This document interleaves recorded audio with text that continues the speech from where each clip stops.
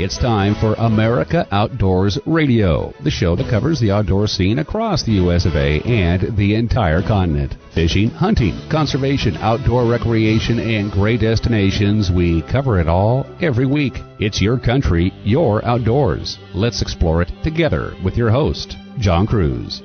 Welcome aboard. I want to start things off today with some statistics provided by Southwick Associates and the American Sport Fishing Association this year about fishing. Did you know recreational fishing is the nation's second most popular outdoor activity right after jogging? Personally, that doesn't surprise me at all. I hate jogging, especially now that I'm over 50. Number 2, nearly 1 in 7 Americans take to the water with rod and reel in hand every year. That's a lot of anglers out there. Since 2011, freshwater fishing participation has grown 11%, and Great Lakes fishing grew 9.5%. Spending for saltwater fishing is $14 billion. That's more than twice what Americans spend on their services for their pets. Did you know that more Americans fish than play golf and tennis combined? That will be surprising to some of you who love to golf. If sport fishing was its own corporation, listen to this, it would rank number 54 on the Fortune 500 list ahead of Cisco Systems. And over twice as many people fished in 2016 than attended every NFL game combined. So don't waste your Sundays getting annoyed about who's taking a knee in the NFL or wondering which members of the Jacksonville Jaguars are running up $64,000 bar tabs and walking out on it. No. Do something relaxing and fun. Go fishing. This week, towards the end of our show, we've got an interesting discussion about fishing to share with you out of Oregon State's famed McKenzie River. It's a very popular trout fishery, especially for fly anglers, and it's augmented by a hatchery operated by the Army Corps of Engineers. However, fly fishing guides say the trout that the Army Corps of Engineers are stocking from their hatchery, well, they're not taking a fly. And what few are being caught seem to be undernourished. We'll talk to a biologist with the Oregon Department of Fish and Wildlife to see if we can figure out what's going on here. In other fishing news, we'll also tell you about a new fishing platform. It's not a boat, it's not a kayak, believe it or not, it's a Sea-Doo. And it's called the Fish Pro, and it is a very unique fishing craft indeed. In addition to fishing, we'll also talk hunting. And one person we're going to do that with is Rich Mann. He's with the National Wild Turkey Federation. And if you're after a wild turkey for Thanksgiving or Christmas, boy, that does sound good for dinner, doesn't it? Rich has got some advice that will help you bag a gobbler or a hen because fall turkey hunting is an option in 42 of our United States. After we talk to Rich, we're going to head to Montana because let's face it, when it comes to bucket list destinations for hunters, both upland bird hunters and big game hunters, Montana has got to be in the top 3 in the entire country. With that in mind, we'll chat with Greg Lemon with Montana Fish, Wildlife, and Parks to see how early hunting has been going, what he expects for later this season, and some cautionary notes about the grizzly bears you might run into while hunting in Big Sky Country. Before we talk about hunting and fishing, though, I wanted to share some eye-opening news about an organization that is not only anti-hunting and anti-fishing, but apparently anti-human and anti-pet. Next up on America Outdoors Radio, we're checking in with Steve Scott. He is the man behind the Outfitter Wire. I would highly recommend this great weekly internet wire service that covers a lot of information, especially from outfitters in North America and throughout the world. If you're into fishing and hunting, the Outfitter Wire is for you. Now, Steve also writes some interesting columns that go along with this, and the latest one from the October 18th edition was all about PETA. That's right, the People for Ethical Treatment of Animals that are no friends of hunters and fishermen. Steve, welcome to the show. Thank you very much. I appreciate being here. So, Steve, for our listeners who may not be aware of PETA, what are some of the shenanigans that are just kind of top of mind for you that they've pulled against hunters and anglers in the recent past? Well, PETA is really more of a showboat type of operation. Of course, they despise hunting and farm animals and things like that, but they do things for shock value. They sent a limousine full of midgets dressed up as chickens to protest McDonald's in Manhattan. One of my favorites is they petitioned Ben and Jerry's to have their ice cream made from breast milk. And I wish I was making that up, but I'm not. They protest anything that has to do with animals, the Westminster Dog Show. And, I know we're going to talk about dogs and pet shelters in a bit, but the way they go about bringing attention to themselves, it's almost kind of humorous, but there's really a dark underside to that, and I know we're going to touch on that in a bit, so I'll just let you get to it. And we're going to get to it right now. I didn't know this until I read your latest column, had no idea that PETA ran animal shelters. And these animal shelters, folks, they're not the type of animal shelter you ever want your animal in. Why don't you tell our listeners about the shelters they run and how many animals they kill in their shelters?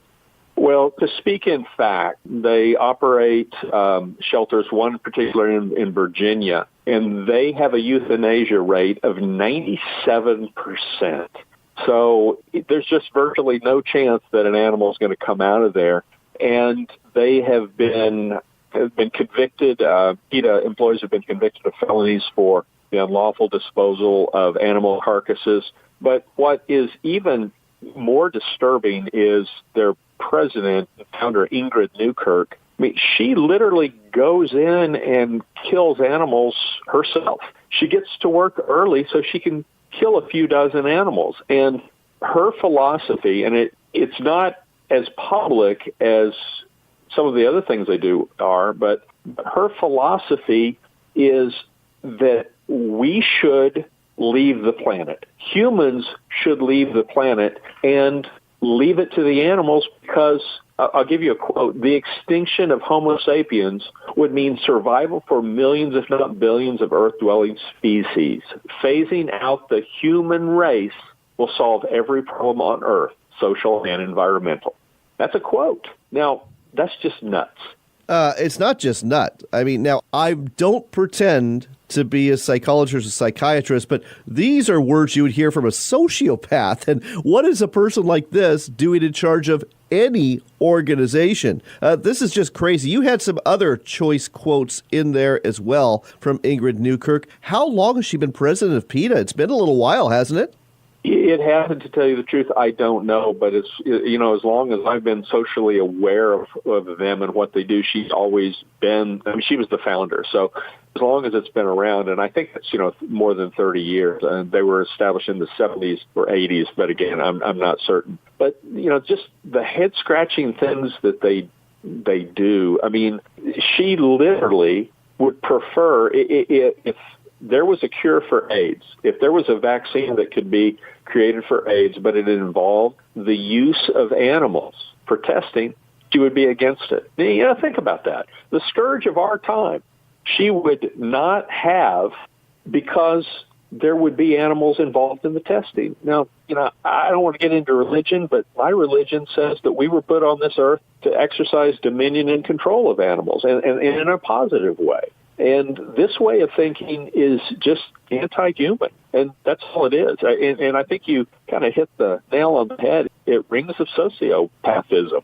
It really does. And, you and I could talk about this for a lot longer. Unfortunately, we are out of time. But, folks, PETA, it's not just crazy stunts that are done for publicity reasons. It's not just scantily dressed or undressed women in cages or on billboards. No. There's a very dark side. Number one, if you got an animal in one of their shelters, a good chance it's not coming out of that shelter alive. And again, their president, Ingrid Newkirk, she's making statements that the world would be a better place without any humans in it. Think about that the next time you get a mailer or somebody suggests that you support people for the ethical treatment of animals, because it's anything but. Steve, thanks for bringing this to our attention today on America Outdoors Radio. Thanks for having me, John.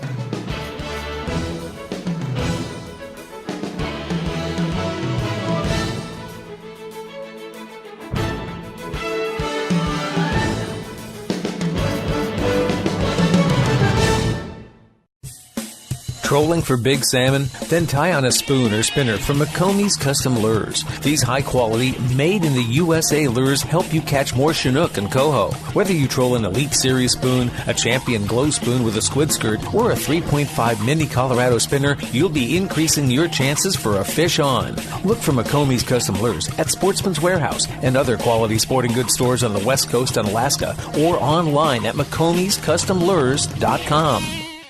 Are you looking to reel in the marketing opportunity of a lifetime? Then set the hook, because we've got it right here for you. America Outdoors Radio has sponsorships available, and we offer affordable platforms to reach thousands of listeners interested in fishing, hunting, and the outdoors. Find out more by contacting John Cruz through his website at AmericaOutdoorsRadio.com. That's AmericaOutdoorsRadio.com. Hurry, though. If you wait too long, the big opportunity might just get away. AmericaOutdoorsRadio.com. I'd like to welcome a new sponsor to our show. It's Sportsman's Cove Lodge, and many anglers who have been there will tell you it really is Alaska's best lodge. Sportsman's Cove Lodge sits on a salmon highway full of kings and silvers. There's halibut too, and there are some really big ones. Finally, with decades of experience taking care of customers, Sportsman's Cove Lodge knows how to treat you right from start to finish. Ready to book your trip of a lifetime? Then call Sportsman's Cove Lodge at 800-962-7889. That's 800-962-7889. 800-962-7889 for Sportsman's Cove Lodge. If you're deer hunting this fall, make sure you do it safely. Always handle every firearm as if it is loaded, and if you're not absolutely sure of your target, don't take the shot.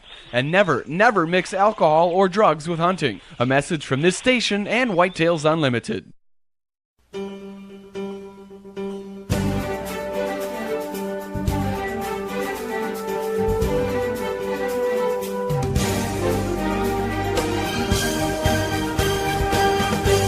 You're back in with America Outdoors Radio. I'm John Cruz. It is November. It is time to talk turkey. And I'm not talking about that store-bought turkey you're going to put on your plate. I'm talking about wild turkey that you ought to be putting on your plate for Thanksgiving Day. With us here to talk about tactics to help you bag that Thanksgiving turkey is Rich Mann with the National Wild Turkey Federation. Rich, great to have you on the show.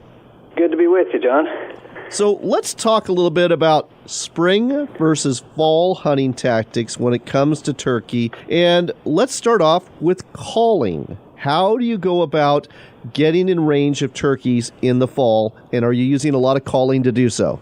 Yeah, fall's a little bit different, obviously, than what we experience in the spring as far as calling goes. But really the types of calls, if you use them, are the same. I mean, we still use a yelp, we still use the cluck, the purrs. The one call that's usually added in the fall for people is what's called a kiki run, which is made by young birds. So fall hunting is more flock hunting, if you will. We use a lot of different methods to call those things. Most of it has been traditionally been like you spot and stalk them, so you'll see a flock in a field and head out after them and try to get close to them and either cut them off or intercept them and get a shot that way. A lot of hunters, especially as we started back east, since there's more of a tradition back in the eastern part of the United States, it's a flush and call back method. So they'll find a flock. You actually try to flush that flock and get them going in every direction, and then basically sit down where you flushed them from, and the flock will start calling and gathering back up. So you become one of the flock and try to call them right back to where you were to get your shot.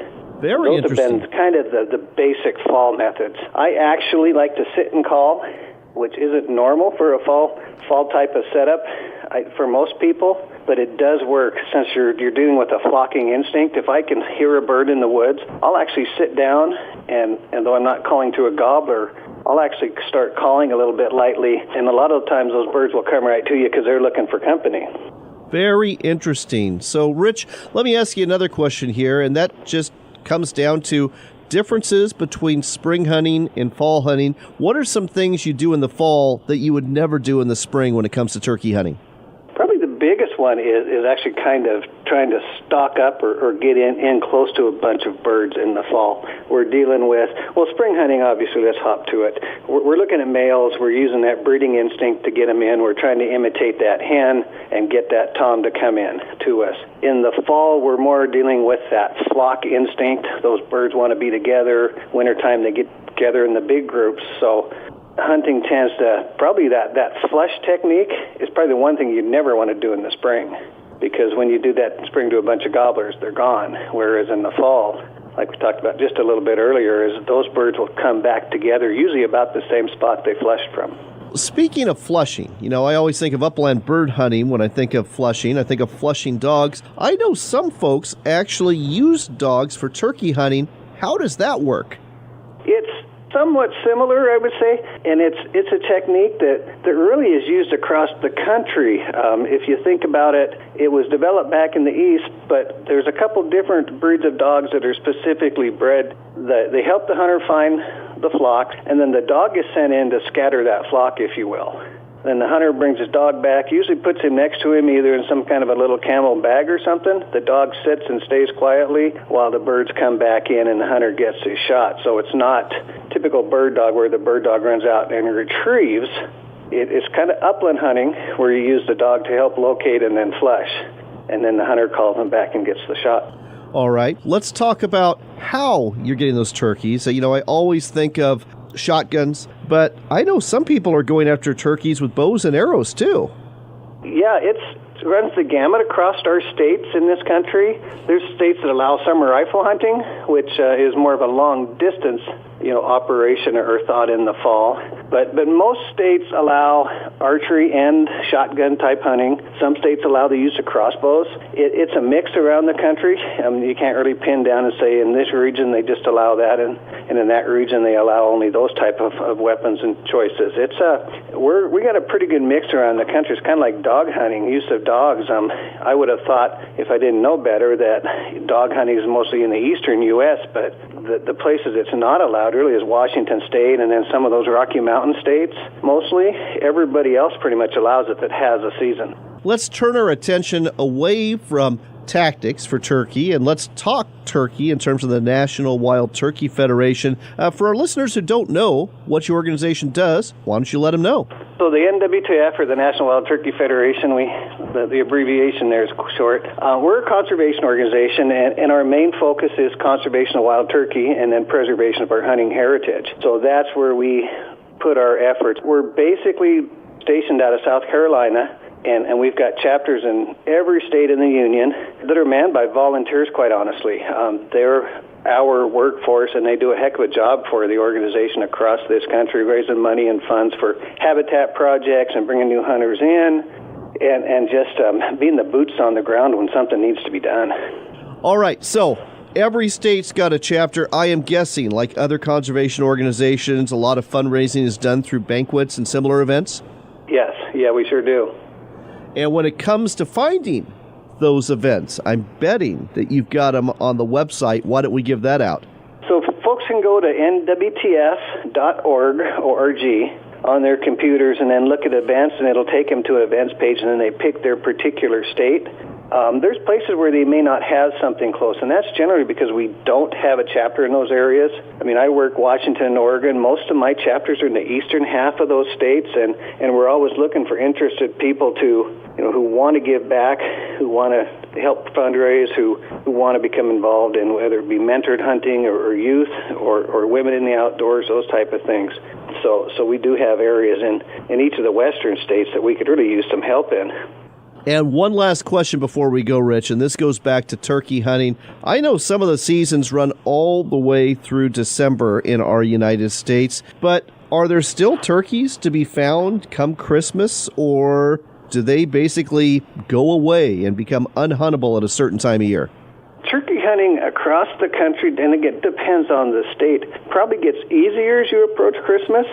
It depends on each state and how far their seasons run. I think out west, the states maybe tend to run a little longer than what you see in the eastern portion of the United States, though you're hunting different bird species and different issues with them. There's only 8 states in our country that don't have a fall season, honestly. and most of those are located in the eastern half of the United States. So there's opportunity, probably better as you move west, and there's always probably opportunity with most states if they have nuisance or damage areas that a person could maybe get a special permit or a special opportunity to slip in and grab a bird either for Thanksgiving or for Christmas. Well, there you go, folks. Your chance awaits in just about every one of our states to go ahead and bag a gobbler, whether it be for Thanksgiving, for Christmas, or any other time of fall or winter. All you have to do to find out more is check with your state fish and game office, find out what the season is, the tag requirements, and all that. And you just heard some great tactics that will help you bag some of those turkeys as well. Rich, thanks for sharing this with us today on America Outdoors Radio. You bet, and don't have your listeners just depend on gobblers. Most of our states are either sex fall hunts, and a nice tender hen is just as good as a tough old gobbler. Very well said. Thanks, Rich. Thank you. We'll talk to you later.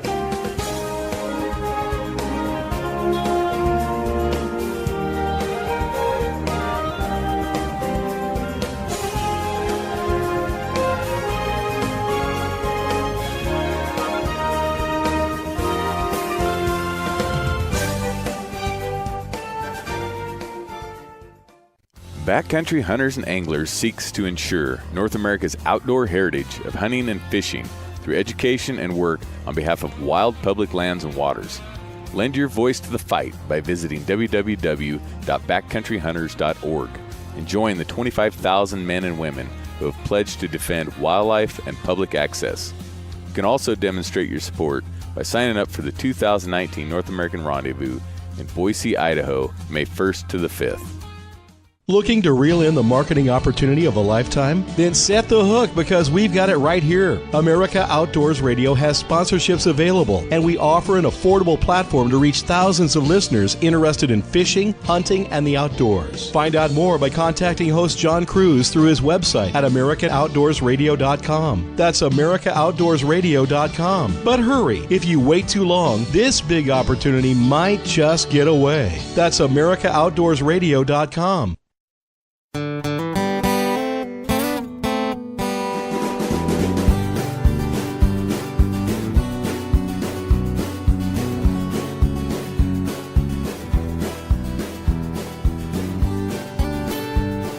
You're back in with America Outdoors Radio. I'm John Cruz. You know, a lot of you, when you think of hunting, you've got certain states that are on your bucket list. And one state that's on everybody's bucket list, whether it be for bird hunting or big game hunting, is the state of Montana. So we thought we'd check in with Greg Lemon with Montana Fish, Wildlife, and Parks and see how things are going so far. Greg, great to have you on the show. Great to be here. Thanks.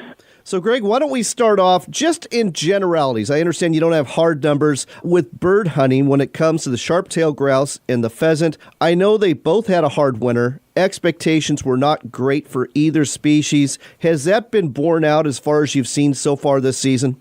Yeah, that's what I understand. We've had, like you mentioned, the hard winter was hard in general on numbers around the state, though we do have some areas that have seen some good numbers, some localized spots, and so not all is lost. Sometimes a localized storm can have a big impact in the spring, and so even though we've got some areas that numbers are down, I think there's still a lot of enthusiastic hunters out there, and so I think certainly worth giving it a go. Well, and we need to put this in perspective. If you are a pheasant hunter in Oregon or Washington, you're still going to find a lot better pheasant hunting in Montana than you're going to find in those two states. Opportunities are better even in a down year. So, Greg, let's turn our attention to big game hunting. One species that doesn't get the attention it should, and I know there's plenty of them in Montana, is the antelope. How did the early hunting go for antelope this year?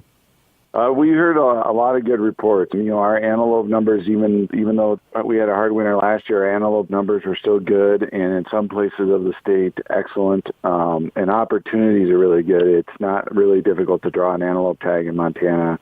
And, we have a fairly long season, at about up to a month or so long, and it gives, lots of opportunity for hunters that are going to come to Montana just for antelope. And and it's kind of like you said, it's not something that we're widely known for, but man, I mean, we've got lots of access through block management and then BLM and state land that hold a lot of antelope. So, I always encourage people that if it's something that they're interested in doing, that Montana's a good place to give it a go.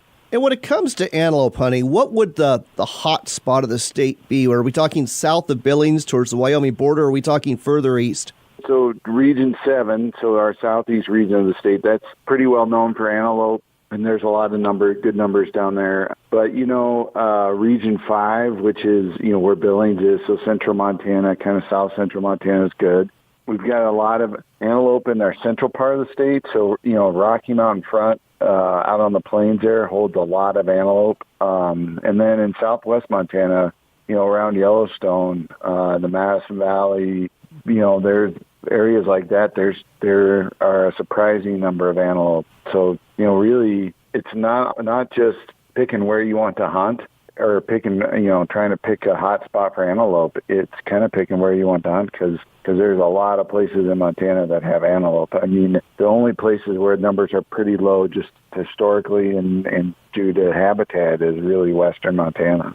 Well, there you go, folks. You now know where to apply for a tag in the state of Montana, pretty much everywhere except for western Montana. Let's turn our attention to deer and elk. I understand that hunters were plagued with too good of weather. It was just simply too nice out there for great success on the opener, wasn't it? Yeah, it's probably this way a lot of places, but, our success is really driven by weather. And when we get some snow and particularly good tracking snow, success goes up quite a bit, particularly for elk.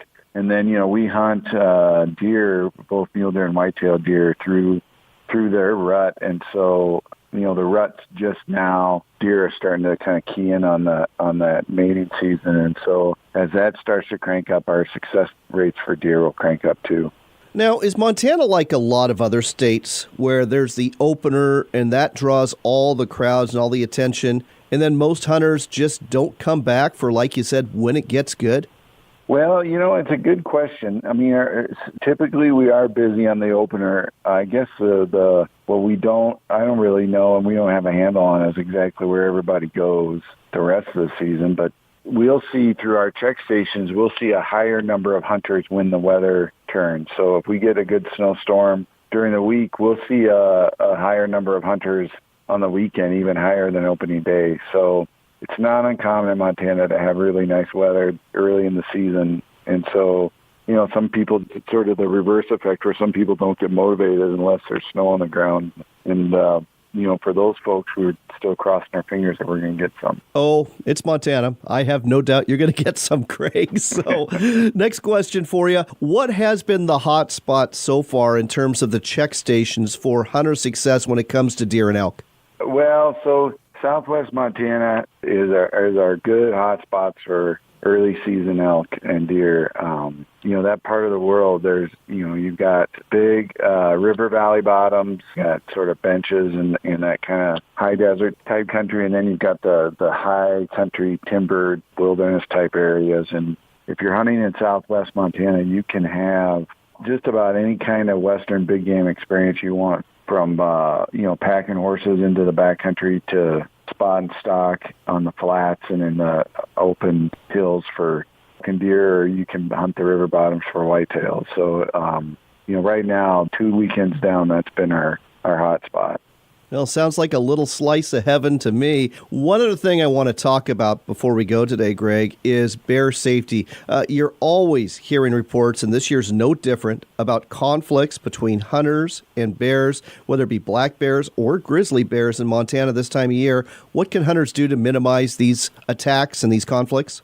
The first thing is, just to be prepared. And so it used to be we had areas of the state that everybody knew when they went there, they were going into bear country, the Bob Marshall Wilderness and the Yellowstone area. And that's still true. However, the bears numbers in those areas have gotten so dense that the last few years have been dispersing out in every direction. So what we tell people, if you're west of a line going north and south from Billings, if you're west of that line, you need to be carrying bear spray because you might not be in dense grizzly bear country, but you're the chances are you're going to be in grizzly bear country. And so, we tell people to carry bear spray and be ready to use it. Hunt with a partner, let people know where you're going. If you do get game down, if you can get it out of the woods quickly, do so. If you have to come back, move the meat away from the entrails several hundred yards if possible. Hang it in a tree that you can see from a long ways away,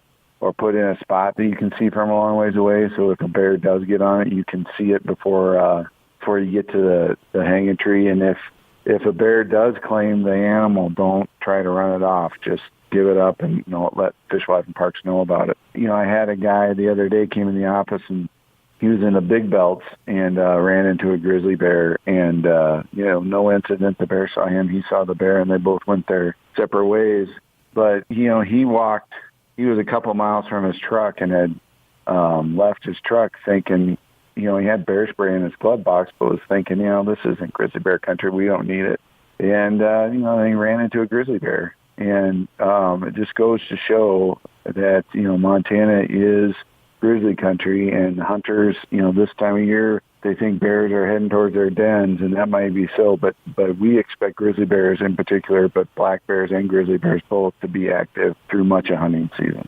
Well, Greg, that was a great hunting report. That was some great advice about bears. We've got to leave it at that. But, folks, if you want to find out more about hunting in Montana, just Google Montana Fish, Wildlife, and Parks. They've got a great website, lots of information to help you plan your hunt, whether it be for this year or next year in the Treasure State. Greg, thanks for telling us about this today on America Outdoors Radio. Thank you. Happy to be here.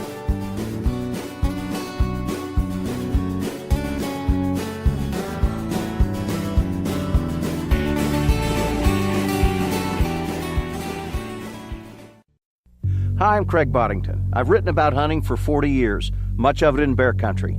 I trust my life to bear spray because the research is in. It stopped bears 92% of the time and prevented injury 98% of the time. Bear spray requires less accuracy and won't harm your companions or the bear. Carry bear spray in bear country. Keep it accessible and practice.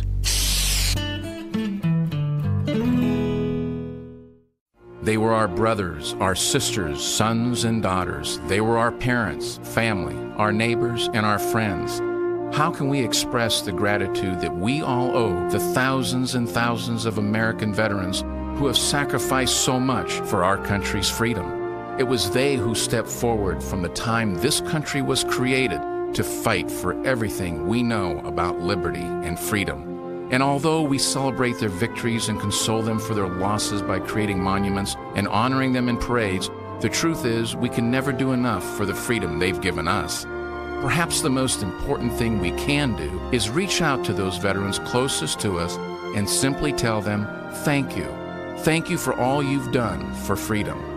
All of us at Shiloh Inns would like to take this opportunity to recognize the many men and women who have served and continue to serve our country so that we will always be free. Thank you, veterans, from everybody at Shiloh Inns. There's a place where the fishing is year-round, where the sun shines 300 days a year. The wineries and breweries are right downtown. The hiking and cycling offer spectacular views you just don't get in the big cities. Fortunately, the place is real and vibrant. It's the Dalles, Oregon, just 90 short minutes from Portland, along the gorgeous Columbia River, where the adventures are limited only by your imagination. Find out more at explorethedalles.com.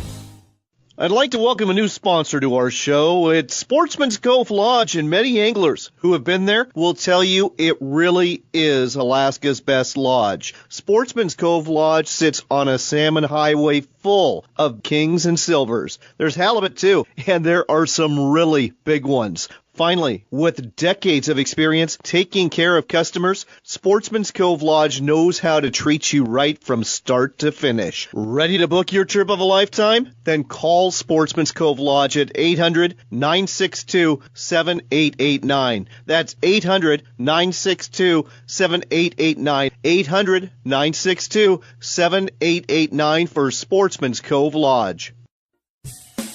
Trolling for big salmon? Then tie on a spoon or spinner from McKenzie Custom Lures. These high-quality, made-in-the-USA lures help you catch more Chinook and coho. Whether you troll an Elite Series spoon, a Champion Glow spoon with a squid skirt, or a 3.5 Mini Colorado spinner, you'll be increasing your chances for a fish on. Look for McKenzie Custom Lures at Sportsman's Warehouse and other quality sporting goods stores on the West Coast and Alaska, or online at McKenziesCustomLures.com.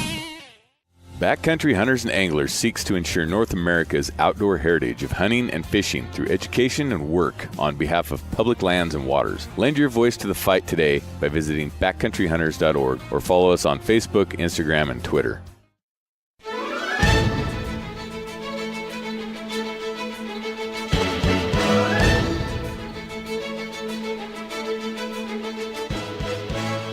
Welcome back to America Outdoors Radio. I'm John Cruz. We've got some news to share about a very interesting watercraft that has hit the market. As far as the evolution of fishing craft go, first, there were bass boats. Then, there were fishing kayaks.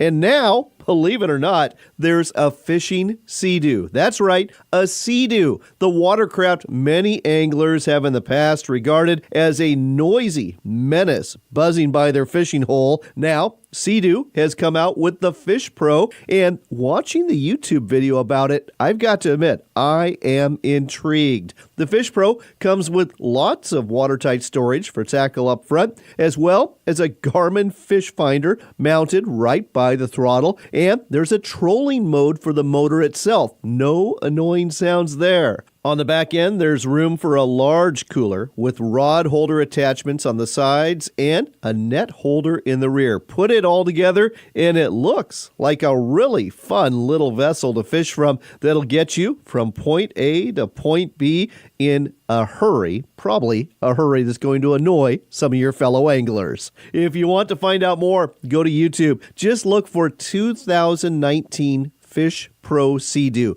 That's 2019 Fish Pro Sea-Doo on YouTube. It's definitely worth checking out.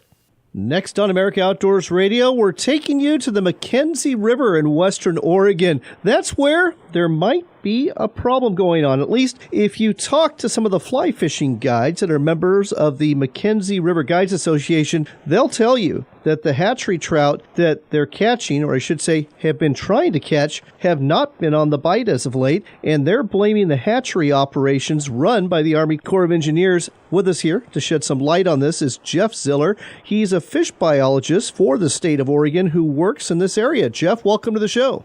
Thanks. Glad to be here. So, Jeff, is there any truth to this? I mean, the email I got from one of these guides was essentially a forwarded email that said these trout, they're being released by the Army Corps of Engineers, and they won't bite dry flies. And when I followed up on this, I was told, well, they barely bite anything at all, and the ones they're catching tend to be undersized, maybe malnourished. Is there truth to this or not? There's a little bit of both ways on that. The fish that we have been seeing this year early on actually were quite large, and people were catching those fish fairly decently early on, but then the size of the fish changed as the year went along, and we started seeing quite a few much smaller fish, even fish less than 8 inches, showing up from the private hatchery that was producing them. And they added in enough bigger fish into the mix so that the average size of those fish did come up to be somewhere in the neighborhood of 3 per pound. But there were an awful lot of fish in that group that were much smaller than what people are accustomed to seeing on the McKenzie River. You just got back from a meeting with the Army Corps of Engineers that's running this hatchery. What did they have to say about this issue? Well, the Army Corps of Engineers actually contracts with the private hatchery to raise these fish, so they're not actually running the hatchery. When they did the contracting for the private hatchery, the number of trips that the private hatchery would make over into the valley was not specified. And so they took over a program that we had that had 316 trips in it. And in other words, we stocked fish 316 different times, different places each year. They cut it down to in the 100s. It was like 160 to 180 trips. And that right there changed the program quite a bit and took away a lot of our flexibility in the ability of us to, put out fish like on a weekly basis into like Leeburg Lake and on a weekly basis to Alton Baker Canoe Canal and things like that. That wasn't happening again. These fish are not at the hatchery or a hatchery at Leeburg. They're somewhere else and just brought in? They are brought in from Summer Lake area. Interesting. Okay. Yeah, I don't know if you've ever heard of Desert Springs. I have. But that's the hatchery, the private hatchery that is supplying these fish, and the stock of fish that they are using is not the same stock that we have used, since the 1980s in the McKenzie River, which is Cape Cod stock rainbow. They use a different stock. It's called Trout Lodge, and that Trout Lodge fish is a different stock. And I don't know if the stock has anything to do with how those fish are biting, but it could. We actually did a test back in 2009, 2010, somewhere in there, where we looked at the biteability, the catch rate on fish that were Cape Cod stock versus Shasta stock. And we found that the Cape Cod stock actually went to the angler at a higher rate than the Shasta stock by quite a bit. Fascinating. And so, stock matters. Well, you know what, Jeff? Sounds like, and correct me if I'm wrong here, that there's a quality control issue with this private firm that the Army Corps of Engineers is contracting out to. Otherwise, they should be able to release the right size of fish as opposed to fish that are all over the proverbial scale, pun slightly intended. Yes, sort of. That's not actually in the contract, though. The specifications that they have are for fish at 3 to the pound. And if technically those fish are at 3 to the pound, they are meeting the specifications of the contract. So here's another question for you. This allegation that the fish aren't taking dry flies, that the fish maybe aren't very aggressive at all. I mean, I've been to hatcheries. I've been that guy that's put the quarter in the machine and gotten the little kibble out and thrown it into the hatchery and watched all the fish rise. I mean, a hatchery fish is a hatchery fish. They should all act the same. Why are we hearing that these aren't? We really don't know. These fish are coming from a different water source. The water source is a fair amount warmer than the McKenzie River most of the year. And there could be some effect of that water temperature change that changes their behavior.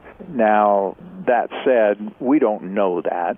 They're definitely from the fishery that we saw this year versus the fishery we saw in 2017, which were the regular ODFW fish from Leeburg, there was quite a difference, and the catch rate seemed to be quite a bit lower at times in the McKenzie this year, and you wouldn't expect that on a low water year. And on low water years, you would expect the fishery to be better.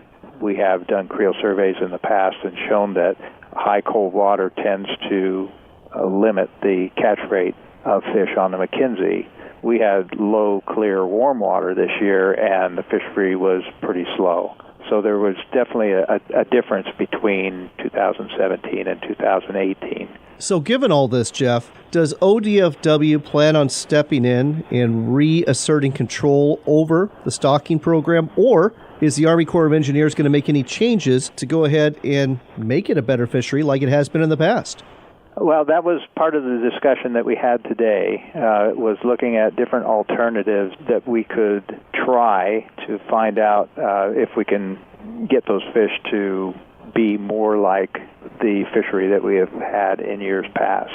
There's still a lot of things on the table. There's still a lot of things to be discussed, and the ultimate solution is still kind of hanging out there away from our reach right now, I think. But we're hopefully going to be able to work through this with the private hatchery and the Corps of Engineers and come up with something that looks like it will produce a better fishery in 2019 than we had this year.